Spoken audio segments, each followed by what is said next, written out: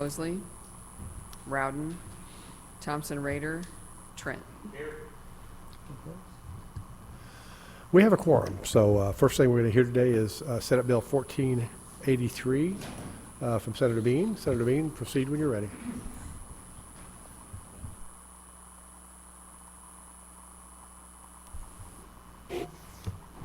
Senator Bean, you look fresh this morning. Oh, I feel fresh, Senator. Mr. Chairman, members of the committee, Senator Jason Bean from the 25th District here to present Senate Bill 1483, which modifies provisions relating to the expenditure of monies in certain funds by the Department of Natural Resources.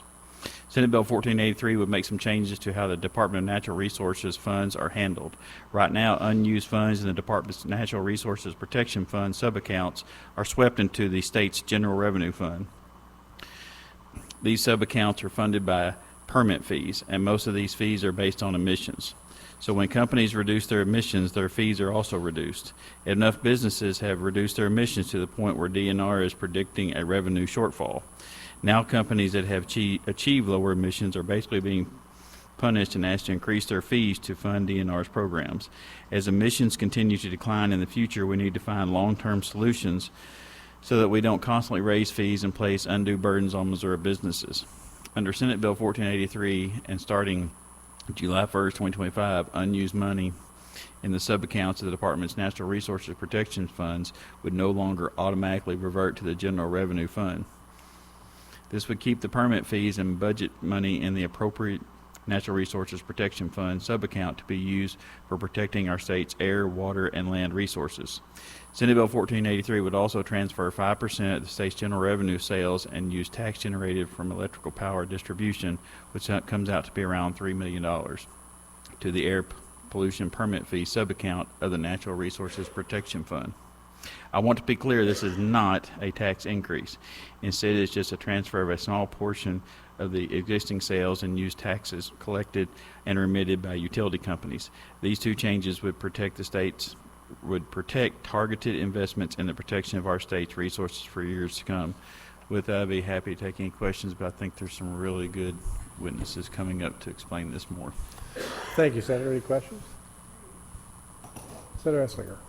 Just curious, how much revenue do you think is sitting on the table at the end of the day that's swept back into GR?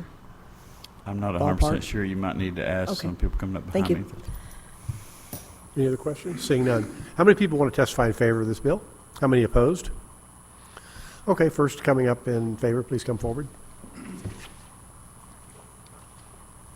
Thank you, Mr. Chairman, members of the committee. Ray McCarty, President of Associated Industries of Missouri, and we're happy to be here, and we appreciate the Senator filing the bill. So it's exactly as he said, you know, the emissions are going down, and our fees that support the air pollution control program are based on emissions. And so when those emissions go down, it creates a shortfall. DNR anticipates a $3 million shortfall coming up in the next couple of years. So we've already started discussions about how to increase fees to meet that. The problem is we're punishing those companies that have reduced their emissions. And so as they reduce their emissions, then we're actually raising the fees on them, which is the exact opposite of what you want to do, right? But it's necessary to keep the program running. We don't want this program going back to the EPA. We want to keep it at the State Department of Natural Resources. So there's a group working, we're running this on two tracks. One group is working on raising fees. They've only been able to come up with about half of the money that DNR would need until you get to a point where those fees are really exorbitant. So they're working on that. That's going through the regulatory process. We wanted to start this new idea. And essentially what we thought is if we took a portion of the general revenue sales tax that's already collected and remitted by power companies and just use 5% of that amount, that would fix the funding problem. The money would go into the DNR account, but then it would still be subject to appropriation by you.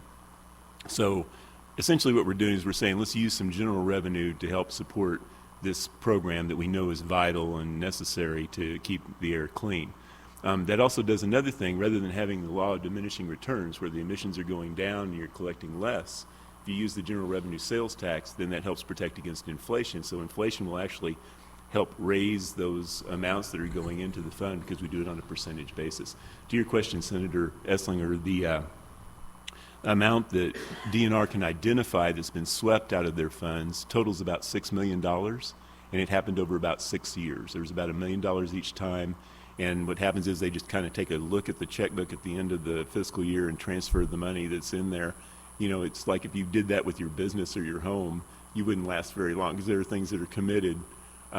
So we want to do away with that. I mean, if we're having trouble funding the programs and these fees are supposed to support that program, we should keep that money in those programs. I'm happy to answer questions. So you say the fees are getting exorbitant. Can you give me an example of what the fee is and what's it based on? I'm afraid that's above my pay grade, Senator, but I can tell you that all the amounts that are paid, we're all paying as customers of the Right. utility companies. Because I'm just trying to get an idea of what it's based on Yeah. and what they're actually paying for. the largest emitters, of course, are power plants, and so all of those costs that they pay for these permit fees flow through to ratepayers. So all the ratepayers are actually subsidizing it. So when we're talking about increasing those permit fees, But we don't know what they are. We don't know. I don't know the what they numbers. are. Okay, thank you. Any questions for this witness? Seeing none, thank you very much. Next in favor, please come forward.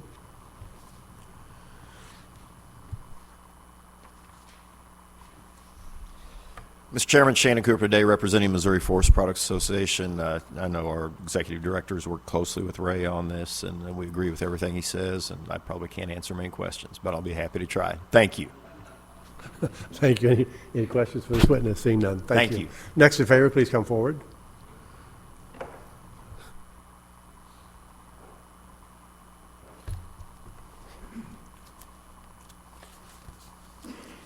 Mr. Chairman, members of the committee, my name is Dan Kleinsorge. I'm the Executive Director of the Missouri Limestone Producers Association. Due to the distributed nature of our industry, we hold a lot of air permits. In fact, 16% of all air permits are held by quarries. To get at your question earlier, some of the fee increases that were suggested last winter, my members estimated would be a 40 to 180% increase in what they would be paying in their fee structure, and does not even cover the entire shortfall. So we see this as kind of a permanent solution to a problem that's going to recur and come up over and over. I want to thank the sponsor for bringing the bill forward and thank the committee for their time. I would be glad to answer any questions. So your members, their emissions are what, mostly dust, or what? Yeah, and I mean, they have equipment and they have a lot of air permits, but they're small emitters. They're very small, distributed throughout the state. There's also concrete plants and asphalt plants often co-located with quarries, and they have many air permits as well. But again, is it mostly what they're emitting is just dust? Yeah. And so the state's measuring that, and the more you emit, the more you pay? Well, and some of it is diesel equipment and things like that too. So I would have to get one of my members to explain. I'm just curious, because, exactly. I mean, there's a lot of companies that create diesel, that Yeah. create exhaust, and they don't do any of this stuff, but I'm just curious how that Well, the works. crushing plant is, Right. I mean, itself almost a factory. So Okay, thank you. Any questions for Dan? Seeing none, thank you. Next in favor, please come forward.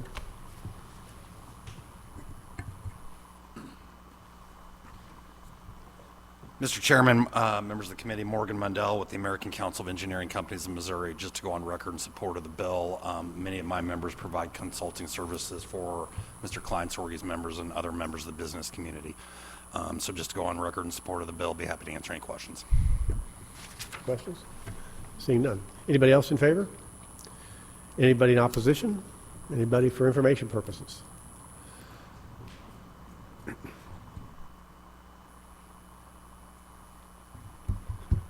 Good morning, Chairman, Searpoy, members of the committee. My name is TJ Graven with the Missouri Department of Natural Resources, testifying for informational purposes.